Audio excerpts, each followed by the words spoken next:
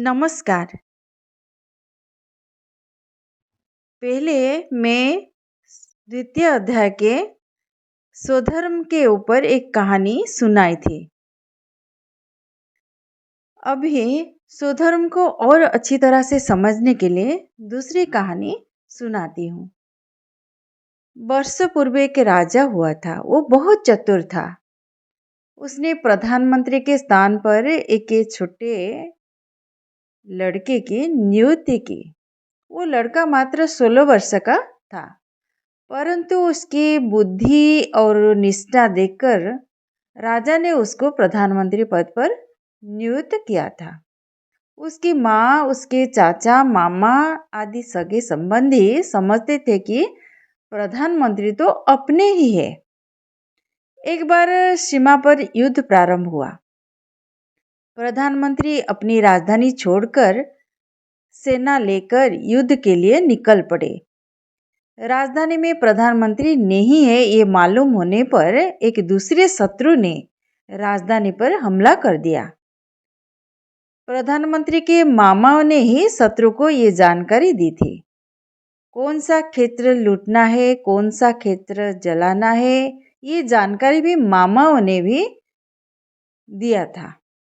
अतः शत्रु लूटकर भाग गए। उधर युद्ध जीतकर प्रधानमंत्री राजधानी में लौटे। राजसभा हुई। प्रजा ने फरियादी की कि हमारी क्षेत्र शत्रु ने जला दिए। आपके मामाओं ने ही शत्रु की मदद की थी। एक के क्षेत्र को जलाया, दूसरे को नहीं जलाया, ऐसा क्यों हुआ? इसकी जांच होनी चाहिए। इसका भी प्रजा ने आग्रह किया। प्रधानमंत्री ने मामा को राज्यसभा में बुलाया और इस बारे में उनका जवाब मांगा।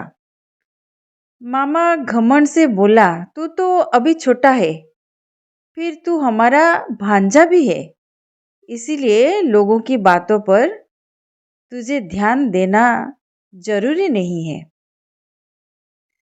प्रधानमंत्री समझ गए कि लोगों की फरियादी सही थी। उसने भरे दरबार में मामाओं को कठोर दंड दिया। उसके मामा राज्यसभा में कुछ भी नहीं बोल सके। वह गुस्से से लाल पीले होकर दरबार से चले गए और प्रधानमंत्री की माताजी अर्थात उनकी बहन के पास जाकर उसको सारी बात बताई। प्रधानमंत्री जब घर आए तो माँ ने उसे कहा, देख बेटा, वो मेरे भाई है और मैं तेरी माँ हूँ। मैं तुझे कह देती हूँ कि मेरे भाइयों को दंड मत देना। अगर मेरे पीहर वालों को कष्ट पहुँचा तो मैं यहाँ का पानी भी नहीं पीऊँगी और घर छोड़कर चली जाऊँगी। तू मेरा पुत्र है, इसीलिए अपने पुत्र धर्म का पालन कर। प्रधानमंत्री ने कहा, माँ, मैं तेरा पुत्र हूँ और मामाओं का भांजा हूँ, ये बात सही है, परंतु मैं प्रधानमंत्री भी तो हूँ। पुत्र का स्वधर्म अलग और प्रधानमंत्री का स्वधर्म अलग है। राज्य चलाने में इन संबंधों को कुछ भी महत्व नहीं देना चाहिए। इसे ही राजधर्म कहते हैं। माँ, घर में मेरा धर्म अलग है और राज्यसभा में मेरा धर्म अलग है। मुझे तो अपने राजधर्म को ही प्राथमिकता देनी होगी।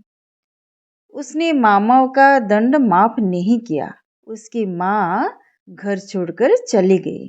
फिर भी इस छोटे से प्रधानमंत्री ने अपने स्वधर्म का पालन किया।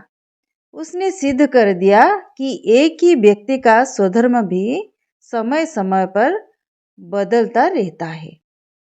अतः स्वधर्म का पालन करने से ही अपना विकास हो सकता है। तो हमें स्वधर्म का पालन करना चाहिए। दूसरे का धर्म कभी स्वधर्म नहीं बन सकता। कोई धर्म अच्छा होने पर भी सभी लोगों के लिए अच्छा नहीं हो सकता। एक ही व्यक्ति जब दो दो भूमिकाएं निभाता है, तब एक ही व्यक्ति की अलग-अलग भूमिकाओं में स्वधर्म बदलता है। हम अपने विवेक से स्वधर्म को पहचान कर उसका पालन करें। समय आने पर हमें अपने विवेक से स्वधर्म का निर्णय लेना पड़ता है। विशेष परिस्थिति में स्वधर्म का चयन अपने विवेक से ही करना चाहिए। नमस्कार।